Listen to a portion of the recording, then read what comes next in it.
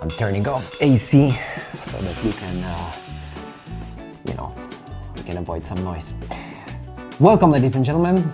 The hero of today is Canon M50 MKII. And I know, all of you guys in the comments below, you will be saying, hey, why talking about M50? Canon is killing the system, they will not be continuing this mount, yada, right? I get it, I know that this is the case. However, knowing that they will not be continuing that mount doesn't mean that this is a bad camera, because honestly, most of you guys, I'm not talking about like super professionals that, change their equipment. However, I know that a lot of professionals that still work with Canon EOS 5D Mark III or even Mark II. I know some of them, and they still produce great images. So, honestly, with hand on your heart, how many of you guys will buy a camera and then is planning to change it anytime soon? Very important disclaimer, this program is not sponsored, this recording is not sponsored by Canon. I wasn't paid, not given,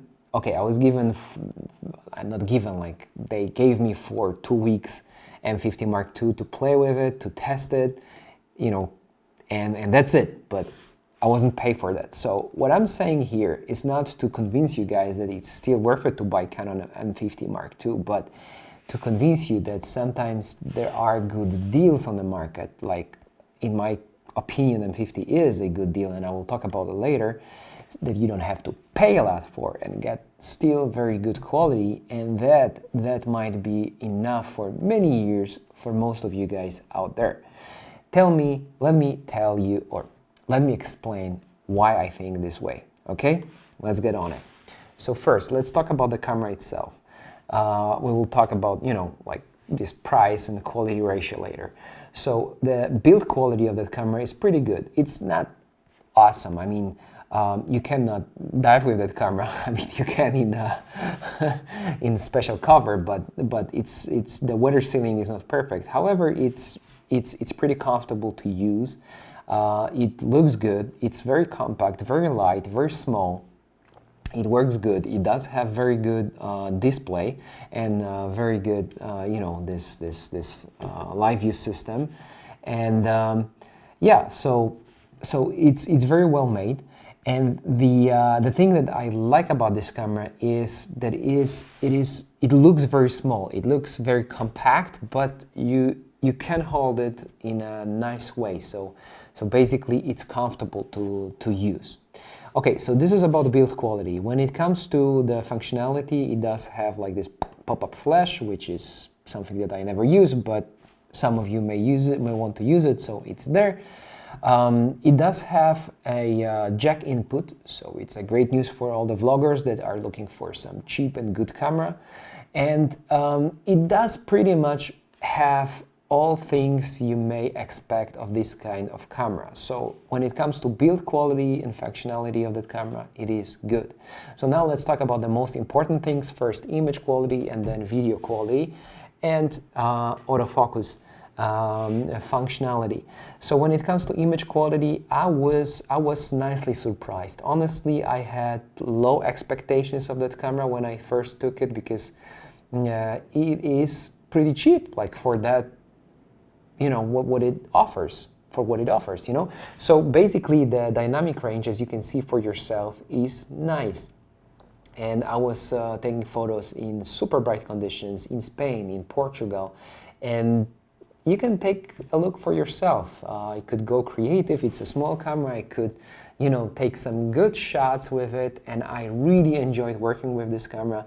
So dynamic range for me is super important, because back in the years when I was using, for example, 5D Mark II or Mark III, I had a lot of problems with dynamic range with those cameras, specifically with dark areas of the picture. So here in M50, I was nicely surprised that when you shoot in a little bit darker conditions, and you drag all the shadow slider all the way to the right, so you want to see everything what was in the shadows, there's not too much noise. When it comes to high ISO, it's usable up to 3200, and I'm very picky about high noise, so some of you guys may find it usable up to more, but to me 3200, this is the usable ISO of that camera, which is very good, honestly. Like for that small thing, honestly, nice. So photography wise, sharpness, I cannot complain, and dynamic range cannot complain. Colors are pretty accurate. You can see for yourself that images that I managed to produce with this little thing look very good. I'm very happy with that little guy. When it comes to videography, it's not all peaches and cream here, and let me tell it straight out of the gate. If you are serious about videography, and you want some small and compact camera, then Sony does offer a better quality, and basically Sony is a better choice. However, having said that, you have to remember that you have to pay almost twice of the value for Sony crop sensor cameras than for this little M52 guy. All right, so let's talk about the image quality of the video. It's not bad. I'm not saying it's bad, and you have extra feature, which is digital image stabilization, and it is a nice feature to have. However, I don't like it. I mean, digital image stabilization, both in Canon RP or Canon R or Canon M50 Mark II or M50 Mark I. When you use slower shutter speeds, you don't get a lot of smudging, but when you use like faster shutter speed, you get some smudging, you get like, this image distortion that comes with digital image stabilization, that when you use like post-processing software like DaVinci Resolve, Final Cut, Premiere, whatever you are using, it's an issue too. So basically, it's nice to have it in body. However, what I would recommend, this is a pro tip, is just forget about image stabilization, and if you are using any kind of post-processing editing software, one of those that I mentioned, for example, just basically you'll be better off using image stabilization in post-production than in camera. So I'm not saying that it's a bad camera for those who do want to vlog. However, you have to remember about one thing, and this is the main issue with that camera to me, honestly, and the main flaw of it is a crop sensor. Basically, if you buy Sony A6400, you don't get any crop. Basically, it downsamples from 6K and the image quality is just great. So when you have like 16 to 55, so 16 to 50, standard kit lens, and you want to hold it as vlogger, you are good to go. When it comes to this kit lens that you get with M50, it is great because you get 15 millimeters, which is not 16 millimeters, so it's basically wider, which I love. However, it's great for photography, but it's not great for videography because it will crop anyways. So when you want to hold your camera and film yourself on 15 millimeters, you have to have a long hand or basically use some kind of a stick, and that will give you better results. So, you know what I mean. Like, it is okay. The quality of the video is not bad, but the crop factor on that camera could be better, and that is the main problem to me. However, what is great about that camera is autofocus system. It is almost as good as in Sony, for example, A6400.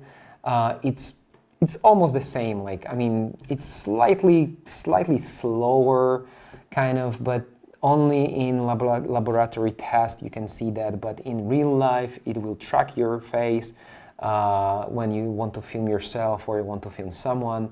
It is fast. Autofocus is responsive.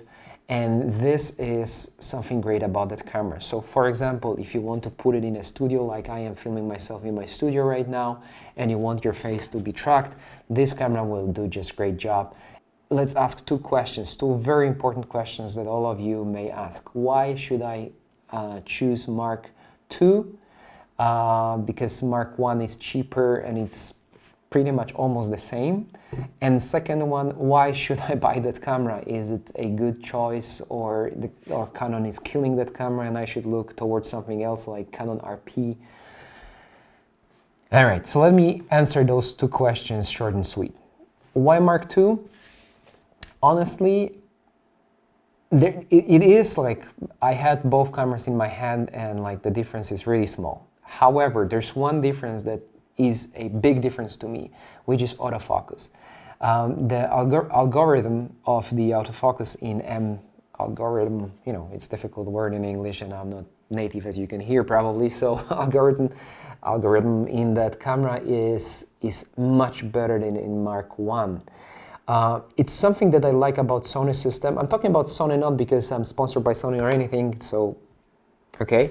I just use Sony system as my personal system in the back, which I'm not saying is the best, but I just make that choice and I'm sticking to that. So so the autofocus in Sony system is very intuitive. So what I mean is it kind of understands what you want to focus on. Let's say you do street photography. You have a woman sitting on the stairs, you know, just looking toward the sky, like enjoying the sun, for example.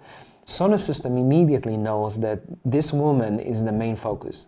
However, you know, first generation of Canon mirrorless like R and RP usually had problems to focus on the right thing. For example, like autofocus, totally automatic autofocus could focus on some sharp object in front of that woman or behind that woman or on the left of the frame. And basically, to me, it was difficult to use in street photography. Unless I was using something like touchscreen or something like that, but it's not fast and responsive enough in many cases. For many of you guys out there, you know what I'm talking about. So M50 Mark II has a really significantly improved autofocus system, or maybe I should say algorithm. So it works better, it is more intuitive, and I find it more pleasant to work with.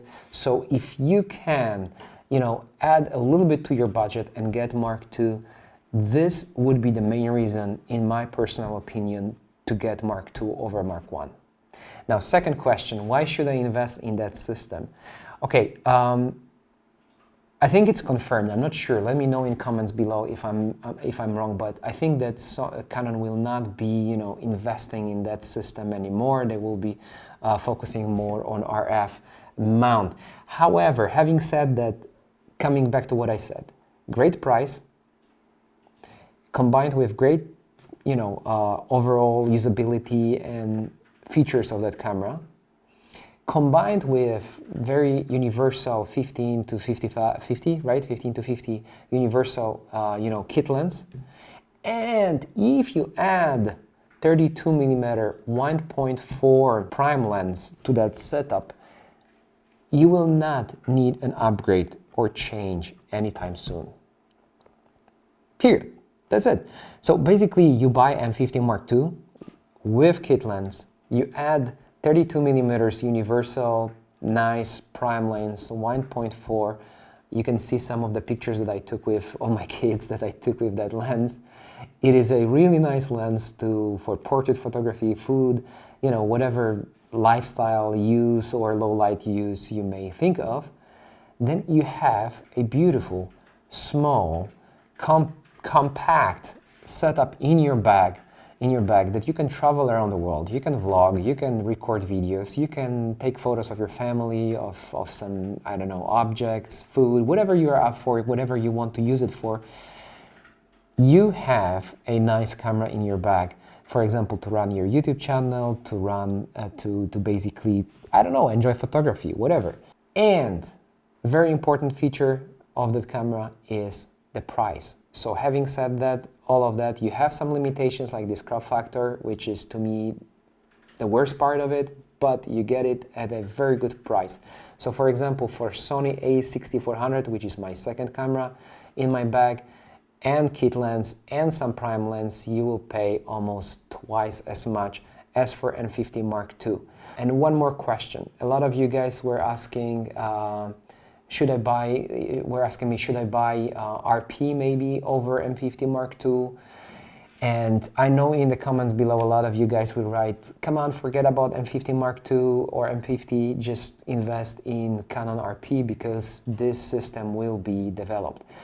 And there is some, of course, truth in that, and I can agree to that opinion, and that's also right. So you may want to choose RP over M50. However, having said that, consider one thing, that all full frame lenses, because RF system is only full frame right now. I know that Canon is working on APS-C crop sensor for that system, but all lenses for now, for the time of recording of that video, are designed for full frame and are way bigger, way more heavy, were heavier, and basically way less convenient. So if you want something convenient that fits in your bag or even pocket, hardly, but in your bag, or just it's not a problem to carry this thing in your hand, then you really are looking at APS-C systems, or at crop systems, or Micro Four Thirds. I'm not very much into it, but you know, you're looking at some smaller sensor sizes because the lenses for those systems are by nature smaller and lighter. So you may want to consider that too. However, I'm not saying if you go for RP, for example, which is very cheap, affordable, and quite nice camera too, you will make a good choice too. However, autofocus system, great, compact size, weight, great, build quality, very good. And one last flaw that I forgot to mention that I was not super happy about is the battery life. This camera dies pretty soon, so be sure to invest in two batteries for that camera and you will be good to go. Guys, tell me what you think in comments below. If I forgot to mention about something important about M50 Mark II, if you want to know something more about that camera, if you have some own observations that you would like other users or potential buyers of that camera to know. And please don't forget to leave thumbs up and subscribe, and I see you guys in the next episode.